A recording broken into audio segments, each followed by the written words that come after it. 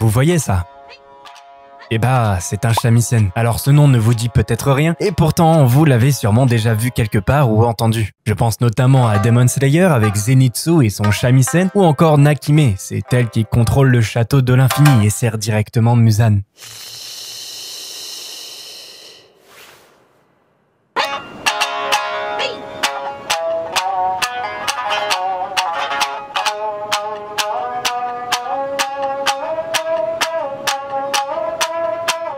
C'est beau, non? Rien qu'en entendant ces sons, on peut y voir l'étendue et la force qu'a cet instrument pour transmettre des émotions. Et j'aime beaucoup. Il est pourtant modeste, avec seulement ses 3 cordes et son plectre d'ivoire qui permet de pincer ses cordes. Ces cordes qui, d'une note à l'autre, nous fera peut-être pleurer, rire, émerveiller. Bref, vous l'aurez compris, toutes ces émotions se retrouvent dans cet instrument. Et pas que cet instrument d'ailleurs, parce qu'un animé en a fait son thème principal. Un animé très particulier que je nomme Mashiro no Oto.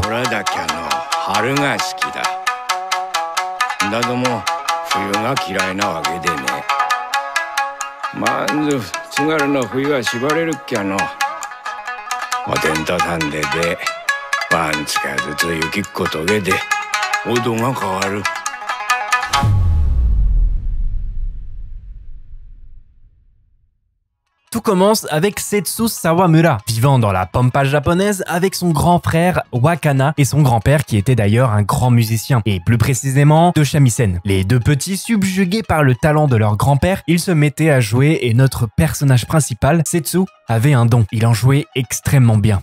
Cependant, il ne se contentait que de recopier son grand-père. Et hélas, ce qui devait arriver arriva. Le grand-père est mort, déjà souffrant à l'époque. Mais il n'y a pas que lui qui est mort. Son son est mort lui aussi. Alors, pas le son de son grand-père, mais le son de Setsu. En effet, ce dernier, qui a toujours vécu en écoutant son grand-père jouer, a perdu toute envie de vivre littéralement. Il ne va plus à l'école et perd peu à peu sa passion pour la musique. Il quitte alors la pampa japonaise pour aller à Tokyo. Désespéré, il se dit que ça pourrait lui changer les idées et découvrir une nouvelle perspective et peut-être retrouver son son, son identité musicale, sa passion pour la musique. Mais en fait, c'est tout le contraire. Tout est trop bruyant à Tokyo et trop lumineux même. Et cela même en pleine nuit. Je ne vais pas tout vous dire pour éviter le spoil, mais sa mère, qui n'a d'ailleurs jamais été trop là pour lui, l'inscrit dans une nouvelle école et Setsu va commencer à connaître des gens et par la force des choses, s'inscrire dans le club de shamisen de son lycée. Et c'est ainsi qu'il va peut-être un jour se créer son propre son. Un son qui ne sonnera pas comme son grand-père. Un son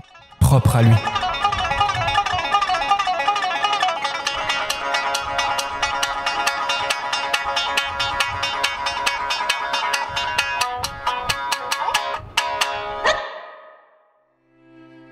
Nous allons donc le suivre dans sa quête de bonheur, de sa passion envers le shamisen. Comment va-t-il s'en sortir? Est-ce qu'il va pouvoir se créer sa propre identité musicale? Et bah ça reste à savoir. Ce que j'ai adoré avec cet animé, c'est forcément son émotion qu'il transmet. Tout comme le shamisen qui transmet des émotions, les forts sentiments qu'on éprouve envers des personnes chères peuvent influencer notre perception du monde qui nous entoure. La relation envers Setsu et son grand-père est magnifique, et tout tourne autour de ça. C'est poétique, les musiques de chaque personne que l'on va entendre durant l'animé sont en quelque sorte personnifiées. Et chaque musique apporte leur personnalité, leur douceur, leur son finalement. Et Setsu, lui, jusqu'à la fin, on ne sait pas s'il va arriver à trouver son propre son, alors qu'il est monstrueusement talentueux. Il est disponible sur Crunchyroll et il ne possède qu'une saison. Voilà ce qu'est Mashiro no Oto. Un animé modeste mais modestement beau et calme à regarder. Tout comme le shamisen qui est modestement beau à écouter et qui peut nous offrir un panel de sons très variés malgré ses 3 cordes. 3 cordes qui ne sont pas liées en tant que telles, mais qui bien jouées nous lient tous sans exception. Et d'une note à l'autre nous fera peut-être pleurer,